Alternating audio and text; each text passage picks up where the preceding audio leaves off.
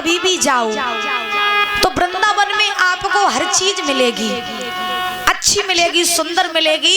लेकिन आप कभी भी वृंदावन में जाओ तो वहां पर आपको वृंदावन का पानी बहुत खारा मिलेगा।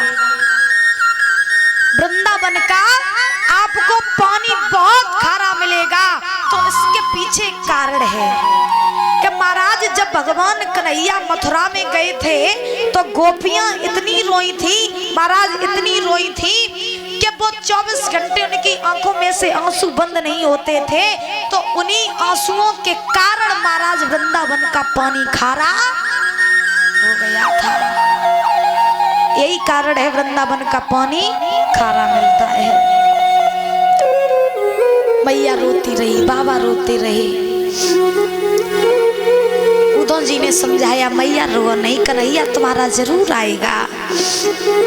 वो किसी काम में फंस गए थे इसीलिए नहीं आए। आज मैया रोती रही, बाबा रोते रहे। उद्धव जी ने समझाया, आगे बढ़े। जब आगे बढ़े तो चलते चलते उद्धव जी वहीं पहुंचे जहां गोपियां बैठी थी। आपस में गोपियां बैठी हुई हैं, बातें केवल कर रही हैं कन्हैया की। जब कन्हैया की बातें कर रही हैं तो आज उद्धव जी ने देखा रो रही हैं गोपियां, चारों तरफ सूना सूना दिखाई दे रहा है वृंदावन। और महाराज जब पूरा वृंदावन सूना सूना दिखाई दे रहा है तो कहा जाता है ना कि कभी दिन किसी के एक से नहीं होते हैं, कभी दिन महाराज एक से नहीं होते। कभी जिंदगी में हंसना भी होता है तो कभी जिंदगी में रोना भी होता है। कभी सर्दी है तो कभी गर्मी है। तो इसीलिए कहा जाता है कि कभी भी समय एक सा नहीं होता है। क्योंकि महाराज एक विद्वान लिखते हैं बड़े सुंदर शब्दों में,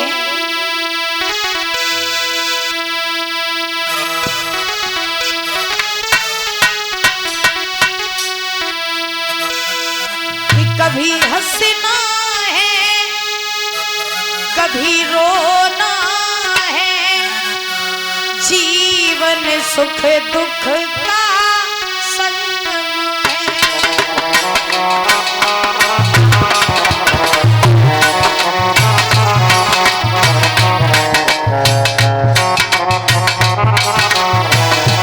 बड़े सुंदर शब्दों में लिखा कि हंसना और रोना ये महाराज जीवन के दुख सुख का संगम होता है। अगर आपके ऊपर ज्यादा अमीरी आ जाए या आपके ऊपर संसार के सारे सुख आ जाएं तो आप भूले नहीं समाओगे। और ऐसा होता है कि लोगों के ऊपर जब संसार का सारा सुख आ जाता है ना तो लोग बहुत ही भूले भूले फिरते हैं और फिर लोग अपने आगे किसी को देखते नहीं है। बड़े खुश होते हैं कि भैया हमारे पास अब काऊ चीज की कमी ना है।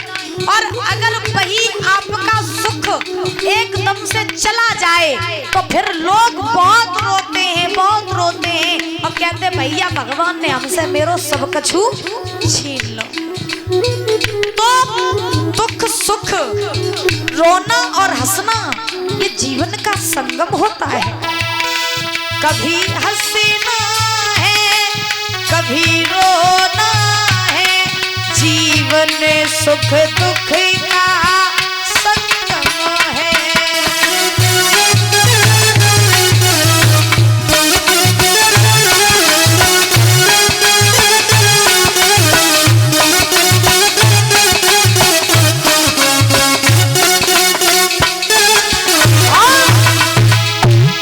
कभी पतझड़ है कभी सावन है, ये आता जाता मौसम है।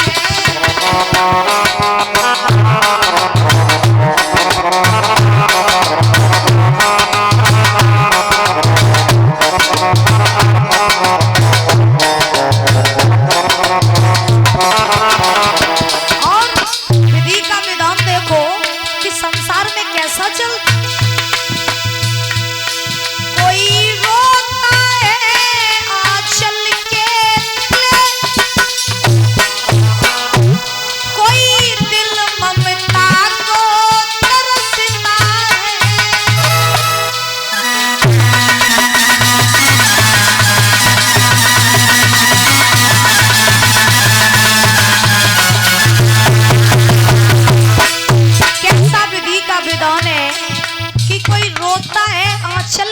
तले कोई दिल ममता को रोता है।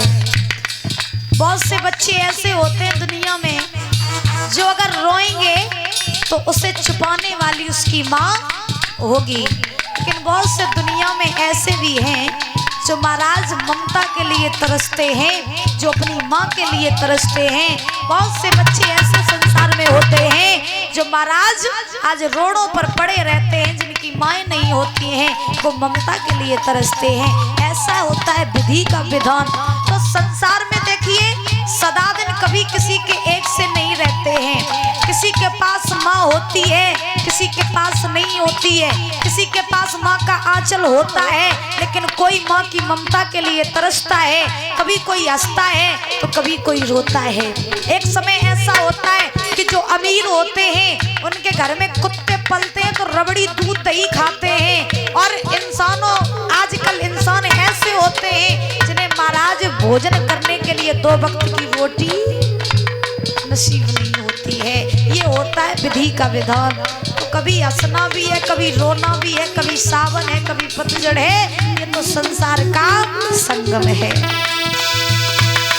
कोई रोता है आंचल के तले, कोई दिल ममता को तरसता है, कहीं मायूसी की धूप खिली, कहीं प्यार ही प्यार तरसता है।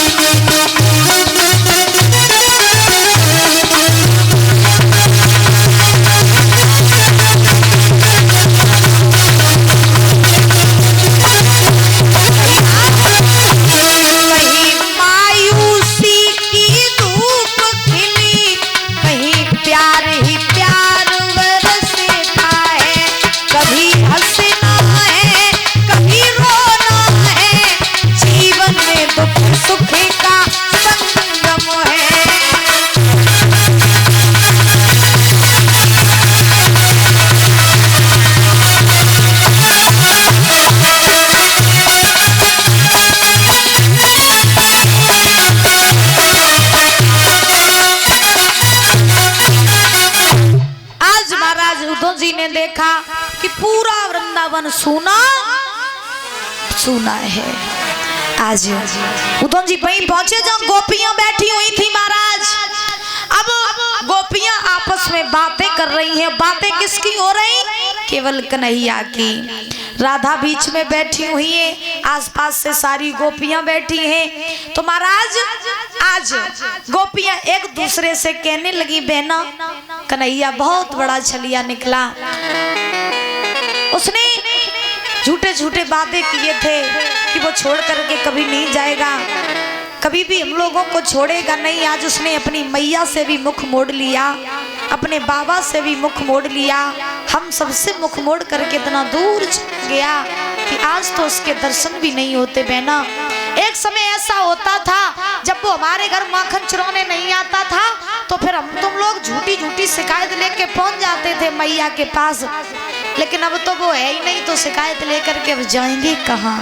बहना सब कहते थे कि काले कभी अपने नहीं होते हैं, लेकिन बहन हम लोगों ने बात नहीं मानी। आज वो करिया हमसे बहुत दूर बस हो जाए के, और महाराज आज आपस में बातें करने लगी, बोली, और उद्धव जी दूर खड़े हुए सबको सुन रहे थे। और गोपियां बोली, अरे दीदी सबका जवाए बिना सब करिया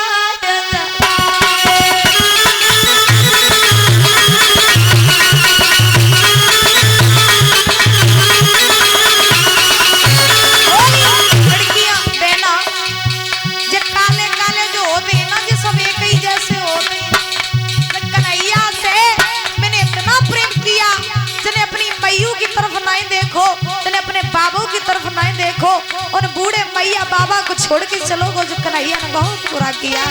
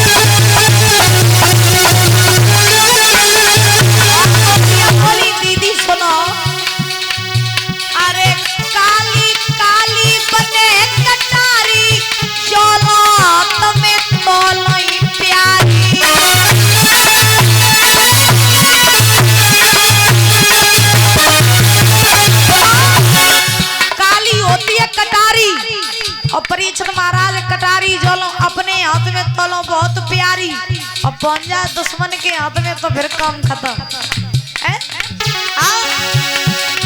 काली काली बने कटारी जोला तमे थोलो ही प्यारी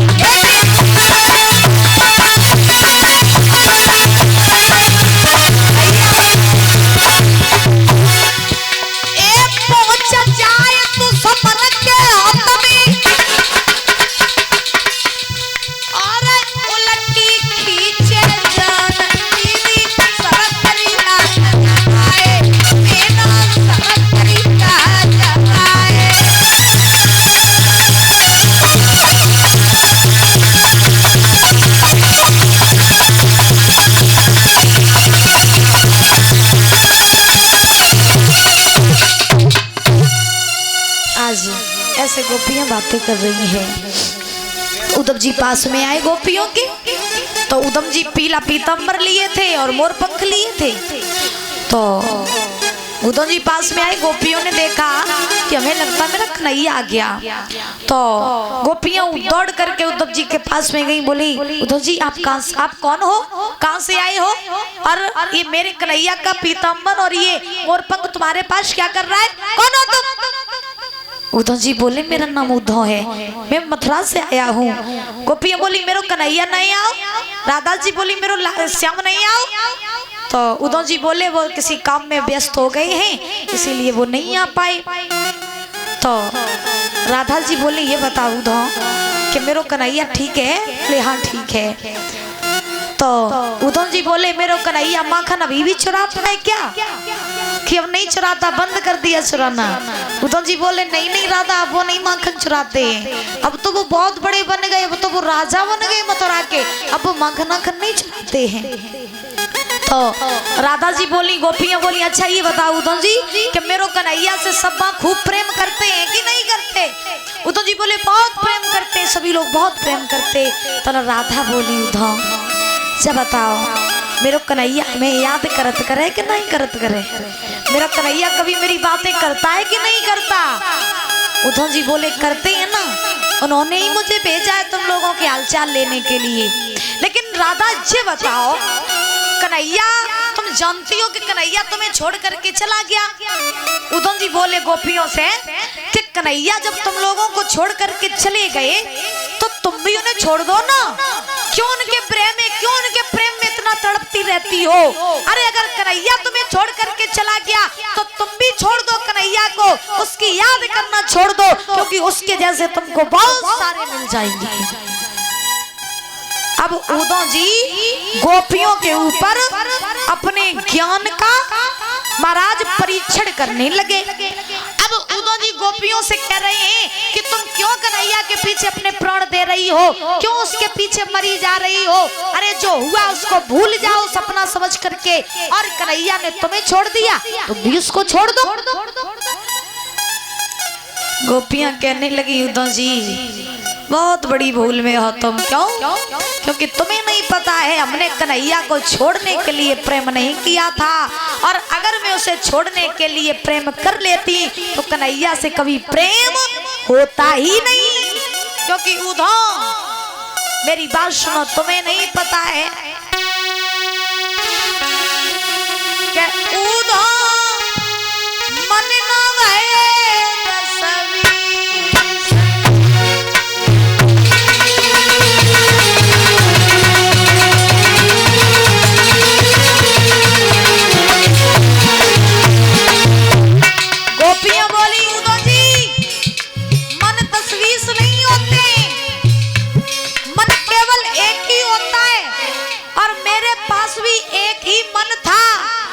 कन्हैया ले गया। सुनो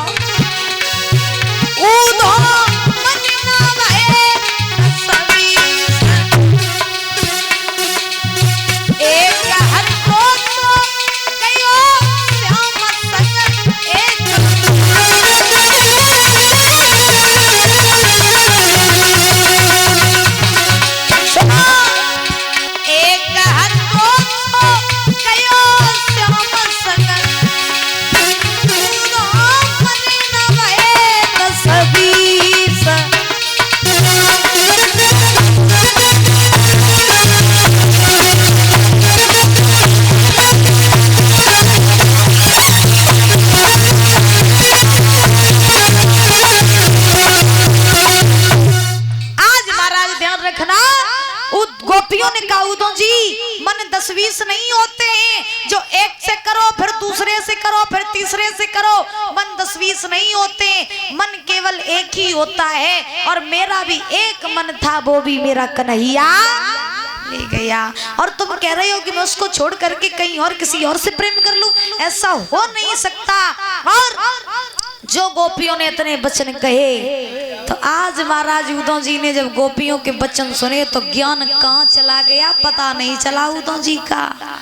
आज उदय जी ने जब गोपियों का त्याग देखा, जब गोपियों का इंतजार देखा, तो उदय जी समझ गए कि इन गोपियों के सामने किसी की भी पेश नहीं जाएगी। 10 रुपये हर्ष बाबू की तरफ से आए हैं, बहुत बहुत धन्यवाद है। उसी समय महाराज आज उदय जी ने गोपियों से कहा कि हे गोपियों, आज मैं ये समझ गया, आज मैं ये मान गया कि तुम्हारे प्रेम के आगे ज्ञान की कुछ भी चल नहीं सकती है। तुमने कन्हैया से प्रेम किया, और तुमने प्रेम किया तो किया, लेकिन तुमने कन्हैया का इंतजार भी किया।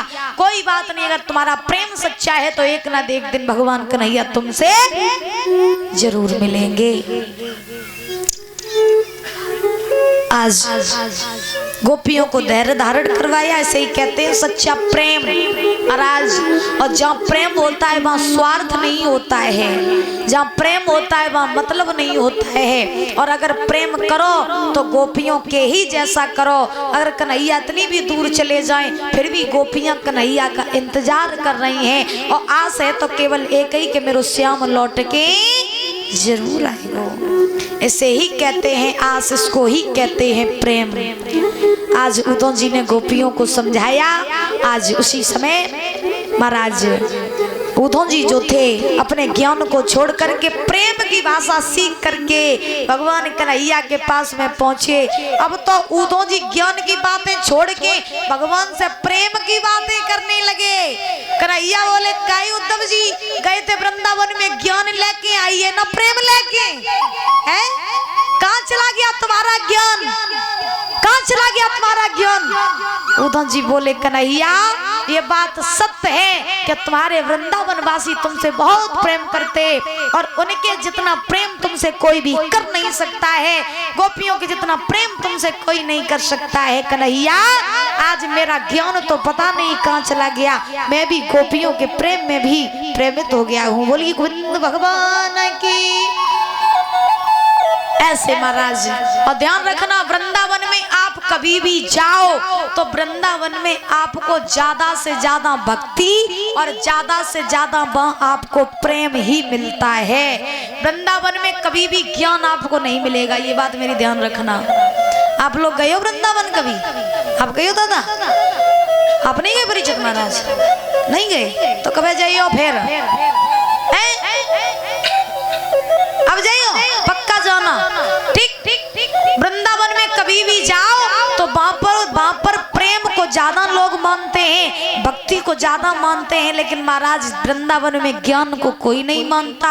और ध्यान रखना जो ज्ञान के द्वारा भगवान को बुलाएगा भगवान कभी नहीं आएंगे, और जो प्रेम के द्वारा भगवान को बुलाएगा भगवान उसके पास खींचे खींचे चले आएंगे, दौड़े दौड़े चले आएंगे। ऐसी हमारे भगवान की लीला। तो कभी भी अपना ज्ञान मत दिखाया करो, जिंदगी में इतने सरल बन जाओ, जिंदगी में इतने सील बन जाओ जो आप दुनिया वालों को न भाओ, बल्कि अगर आप ठाकुर को भागे तो आप ध्यान रखना संसार का सारा सुख तुम्हारे पीछे पीछे आ जाएगा। तो जिंदगी में इतने ही सरल बन करके रहो, इतने ही सील हृदय के बन करके रहो, और भगवान से हमेशा प्रार्थना किया करो, हे प्रभु मैं जिस लायक नहीं था आपने मुझे उस लायक बना दिया। मैं मनुष्य बनने के लायक नहीं था, फिर भी आपने मुझे मनुष्य बनाया, फिर भी आपने मुझे ऐसा बनाया जो मैं आपके लिए कुछ कर सकूं। हे प्रभु आप ऐसे ही मेरे ऊपर कृपा करते रहना, और ऐसे ही मैं आपकी भक्ति करता रहूं। ये प्रार्थना किया करो प्रभु से, हे प्रभु मैं सदा सदा आपकी भक्ति करता रहूं और मुझे आपसे कुछ नहीं चाहिए। क्योंकि कहा जाता है संसार में लगे रहोगे तो बर्बाद हो जाओगे, अगर हमारे कन्हैया के चरणों में लग जाओगे तो दुनिया से आबाद हो जाओगे। बोलिए गोविंद भगवान की। आज श्री सुखदेव जी समझा रहे हैं राजन परीक्षित। इस प्रकार से आज उद्धव जी को गोपियों ने ज्ञान करवाया, किसका? प्रेम का। और समय भी हो गया है और इसी बीच में ये 100 रुपये मुनेश यादव फौजी रुद्रपुर से 100 रुपये मुनेश यादव फौजी रुद्रपुर फरमाइश है कि ये बरनी लगा दो। तो आइए देखते हैं दो शब्दों में, क्योंकि आज कथा का अंतिम दिवस है तो चलो ठीक है, अब पता नहीं फिर जिंदगी में कब आना हो। तो आइए देखते हैं दो शब्दों में। आरे प्रवेश यादव की रेवरनी ने बजेड़ा गांव के इंज सरदार और 100 को नोट जब पवित्र कमाई बहना को भेंटो भोजा पसार।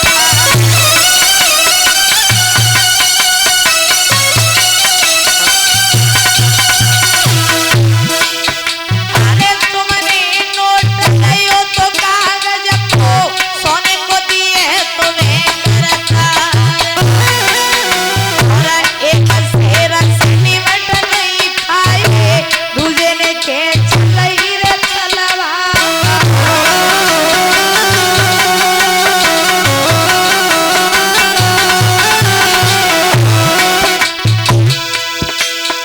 अरे मुनेश यादव की रेवरनी ने रुद्रपुर के इंज सरदार और चौड़ी छाती कार की जाकी छवती वरनी जा।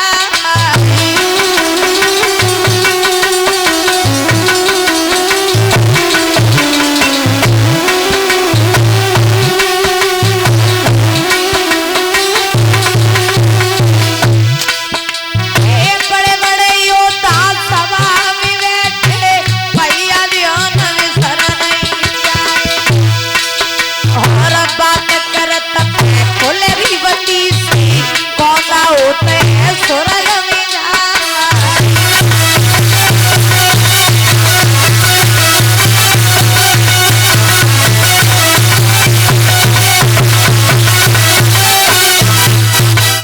भगवान की।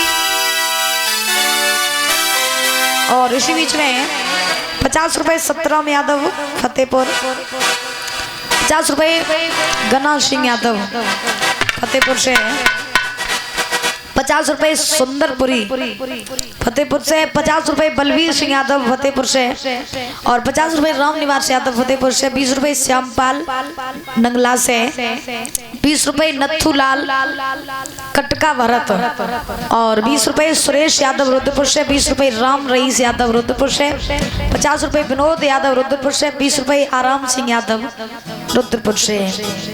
और ये फरमाइश जो आपने भेजी है शाम को